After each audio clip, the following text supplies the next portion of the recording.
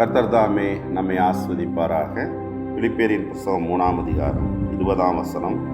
நம்முடைய குடியிருப்போ பரலோகத்தில் இருக்கிறது, அங்கே இருந்து கர்த்தராகிய இயேசு கிறிஸ்து என்ற இரட்சகர் வர எதிர்பார்த்து கொண்டிருக்கிறோம்.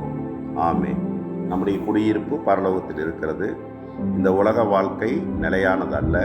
கர்த்தருக்கு ஸ்தோத்திரம். நாம் பையூரிலே வாழ்ந்தோம், இப்பொழுது பொய்யூரிலே வாழுகிறோம். இனி நாம் மெய்யூருக்கு செல்ல இருக்கிறோம். இயேசு நமக்காக ஒரு ஸ்தலத்தை ஆயத்தம் பண்ண போயிருக்கிறார். அவர் மீண்டும் வந்து நம்மை அழைத்து செல்வார் என்று வேதத்தில் சொல்லியிருக்கிறார்.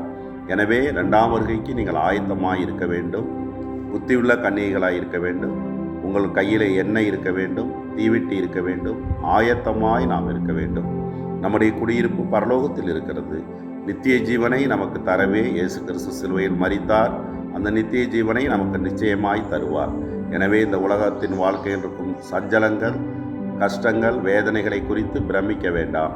இக்காலத்து பாடுகள் இனிவரும் மகிமைக்கு ஒப்பானதல்ல. கர்த்தர் நம்மை ஆஸ்வதிப்பாராக. ஆமென்.